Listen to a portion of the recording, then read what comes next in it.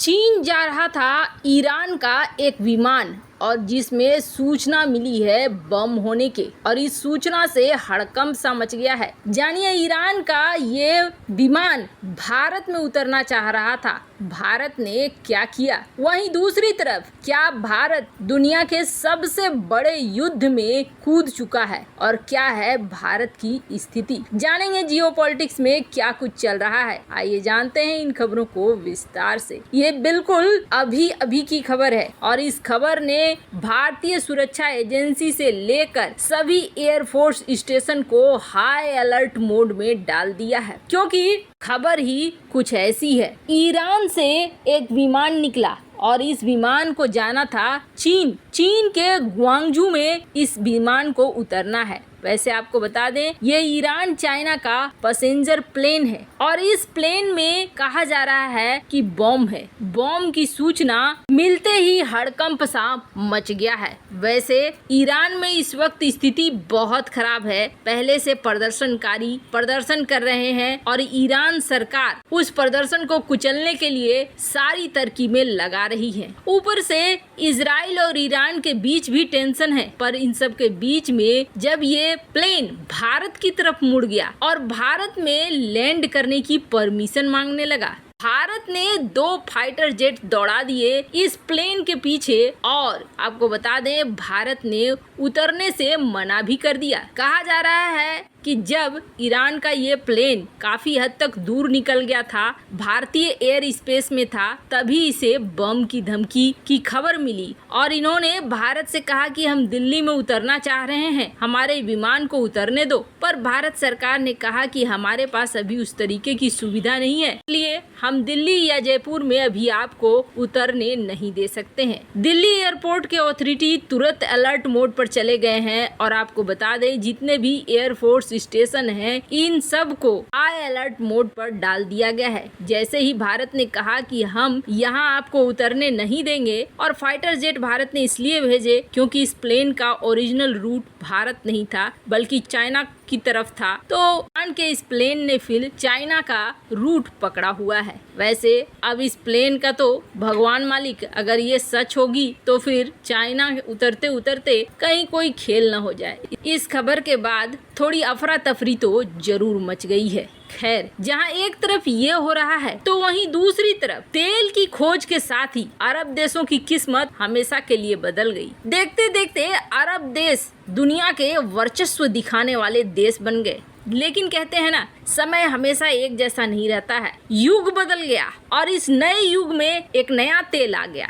और उस तेल का नाम है सेमीकंडक्टर। अब जरा सोचिए, चीन को रोककर ताइवान का सुरक्षा करने के लिए इतनी बड़ी बात बाइडेन ने कह दी कि अगर चीन यहाँ पर उतरता है तो हम अपनी सेना भेज देंगे। आपको क्या लगता है कि चीन से बचाने के लिए अमेरिका एक छोटे से देश के लिए अपने सैनिकों की जान गंवाएगा, वो भी स्वार्थी अमेरिका?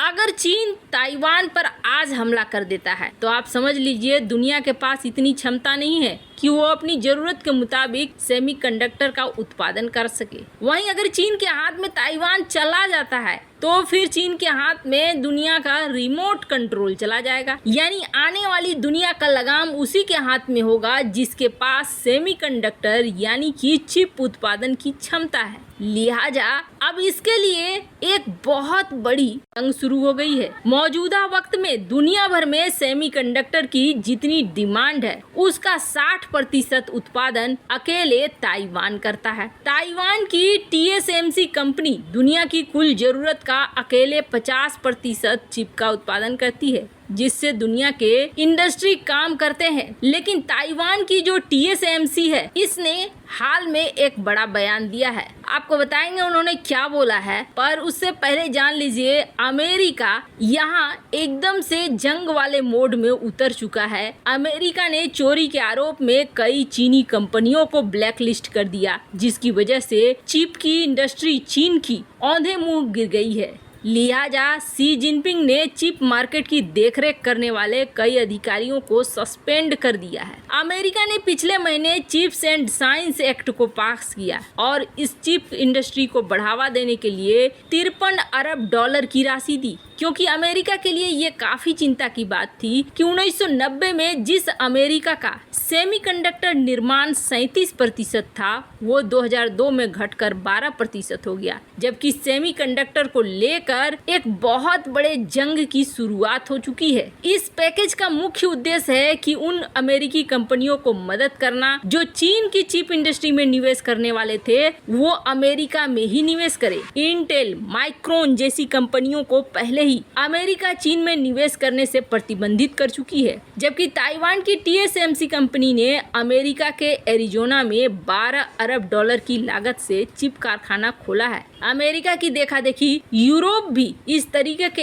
एक्ट ला रहा है ताकि चीन को फायदा न मिले और उनके देशों को मिले। वैसे आपको बता दें, भारत को पता है कि आने वाला जमाना है सेमीकंडक्टर का, लिहाजा मोदी सरकार ने पिछले साल चिप इंडस्ट्री के लिए 10 अरब डॉलर के प्रोत्साहन पैकेज की घोषणा की थी। लेकिन अभी तक दुनिया के बड़े चिप निर्माताओं ने भारत में निवेश को लेकर कोई दिलचस्पी नहीं दिखाई थी। भारत सरकार का प्रोत्साहन पैकेज काफी महंगा था, जोखिम भरा था और चिप इंडस्ट्री के अनुभवी खिलाड़ी इसमें हाथ नहीं चलाना चाहते थे। अगर भारत के गुजरात राज्य में मतदाता और करदाता इस ऐतिहासिक निवेश को लेकर उत्साहित हैं, उन्हें इतिहास पढ़ना चाहिए। ये किस में छपा? ये ब्लूमबर्ग में छपा, तब जब भारत ने वेदांता और फॉक्सकॉन 2 कंपनियों ने जब जॉइंट वेंचर लागू किया, ये बात ब्लूमबर्ग ने कही। क्यों? क्योंकि ये पश्चिमी मीडिया ये बताने की कोशिश कर रही थी कि भारत में ये फेल हो जाएगा, भारत में ये नहीं चलने वाला है। पर आपको बता दें, जैसा कि मैंने पहले भी कहा,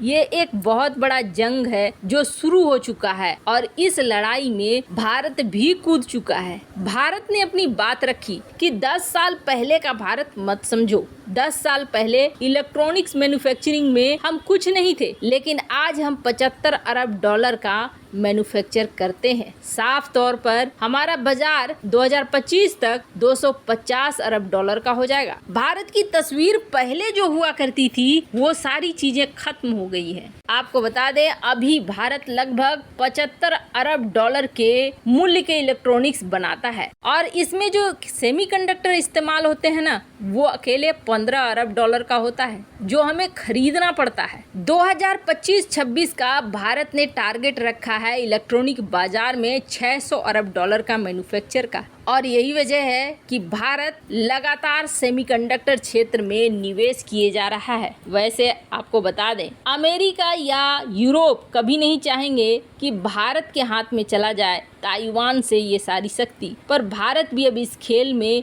या इस जंग में उतर चुका है। वैसे आपको क्या लगता है, क्या भारत सेमीकंडक्टर के क्षेत्र में आगे निकल पाएगा? कमेंट कर अपनी राय जरूर बताएं।